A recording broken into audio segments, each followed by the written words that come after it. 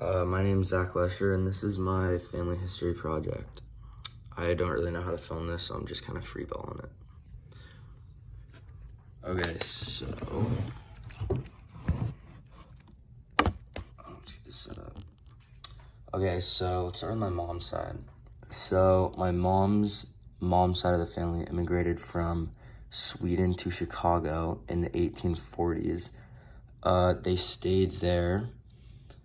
I'm not really sure when my grandma decided to move out here to San Francisco, but they lived in Rockford, Illinois, in the Chicago area ever since they immigrated in the 1840s. As for my mom's dad, he wasn't really in her life because he was an alcoholic, and I've only met him once.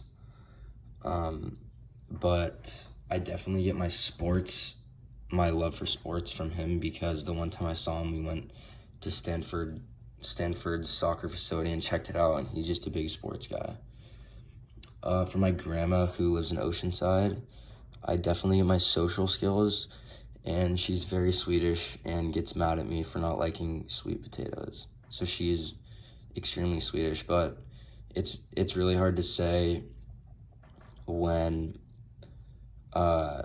it was pretty hard to get pictures, and I don't know the exact locations from where my mom's mom, Nama, immigrated from Sweden, and my mom's dad immigrated from Wales. But this is Chicago in the 1840s.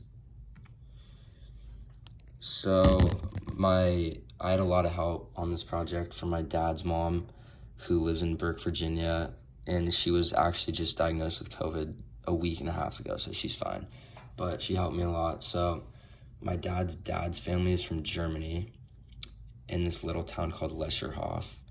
The pictures for that are in the next slide, but my dad's mom, who helped me with the project, her whole family are the O'Neills from Ireland. I'm not sure which one, or her mom or her dad, immigrated first, but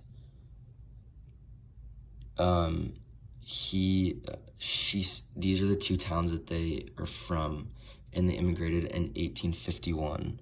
I'm not really sure where they immigrated to, but they have immigrated from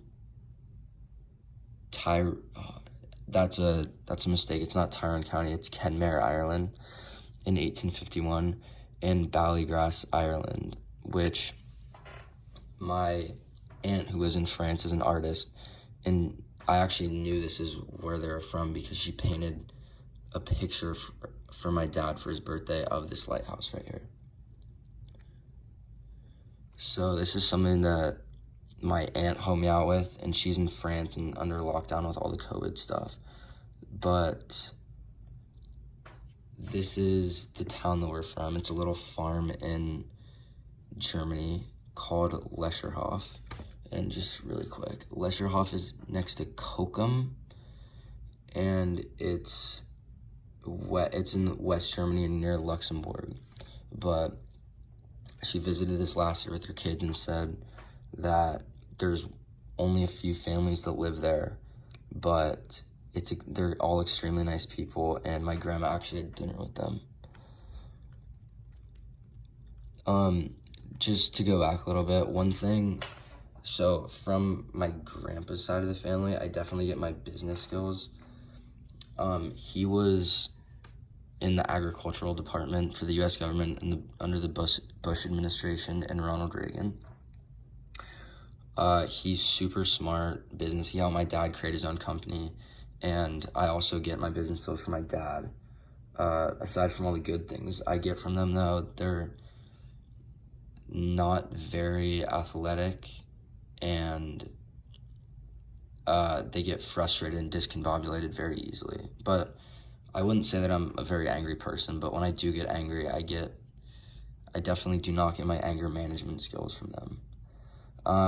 One thing I get from my grandma's side of the family is she cares for a lot of people, no matter what race, gender, etc.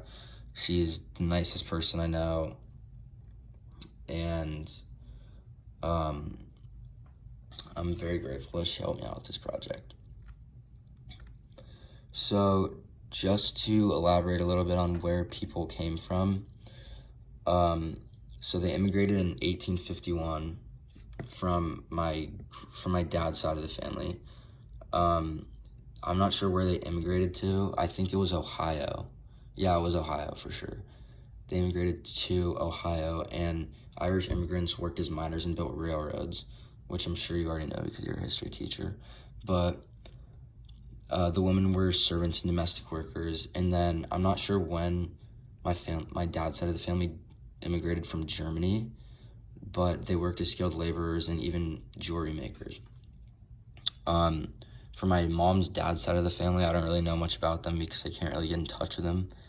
But I don't know where the Welsh workers worked or what they did, or I couldn't really get in touch with them. And then the Swedish immigrants took up jobs as farmers in wheat and other crops near Chicago. That was a big hotspot for Swedish people, or Swedish immigrants. So for the family recipe, For the family recipe, so this is Nama, the one that lives in Oceanside, and this is my nanny who made the whole recipe book, and this is actually the cover to the recipe book. Here, I'll show my card. So this is what the recipe book looks like, and it's extremely special to me because my nanny, this was the last thing that she ever really gave me or passed down like to the next generation of kids. And she was a really good cook. My mom always told me about her recipes. We haven't made the Swedish meatballs in a long time, but just the other night we made her beef stroganoff recipe, which was super good. The only problem with this book, however, is it's not very detailed in like how long to put stuff in for or what type of ingredients to use. But she's a very good cook, and I'm really glad that she passed this book down. Swedish meatballs is obviously a Swedish dish. This is Stockholm. I don't know if that's what town our ancestors lived in, but I just put a picture of a Swedish city in there. So you can't really see it that well, but this is a picture of the Swedish meatballs. So yeah, my mom always tells me that it tastes like IKEA Swedish meatballs, but because she can't make it as well as Nani's recipe, but they're extremely good. And whenever we make them for Christmas and Easter, it's always like I always get super excited and fast for days because I'm so excited to eat them. So for the reflection part of the project, we'll start with family military history. So my grandma sent me a bunch of packages of just family military history, and it looks like Michael O'Neill served for the Union during the Civil War in an Ohio regiment, which again is where the Irish immigrants and my family heritage moved to. So he served the Union Ohio Regiment. Charles O'Neill, who's also of the Irish ancestry. Wait, I don't know if that's right. But he was wounded in France in World War I. I'm not sure where he's buried, or I think he's buried in Ohio. But the last one that we know of is John O'Neill, who was in the Marines in World War II in Iwo Jima. And she didn't say this, but her father also fought in World War II. And he, obviously I think he had some mental health defects after the war, like PTSD and all that stuff. But one interesting fact that I learned is my mom's dad, who I don't really know that well, his mom spied on his dad because his dad, during the Prohibition era, he would sneak out to drink and he was talking to like other ladies and smoking and all that stuff. So alcoholism kind of runs in the family. But she would dress up as a man and go into bars or go into speakeasies or whatever and try to spy on him and see what he was doing. So I just thought that was kind of cool. So again, my mom's side immigrated from Sweden to Chicago and Wales. I'm not really sure what year. I'm guessing the 1840s or 1850s. and my dad's mom's side immigrated from Ireland in 1851, and that's Michael O'Neill, who served in Union and Ohio Regiment, and my dad's dad originates in Lescherhoff. So the future for me, I mean, I plan to go to a 4-year school, study business or finance, and I mean, I've got good grades my whole life, so I hope that, you know, I can still have fun in college, but still keep a good balance between grades. And one thing I really look forward to is making a family of my own, and I want to get into real estate. So that's something that I'll probably ask my dad with, as he asked his dad with. So that's another thing that runs in the family.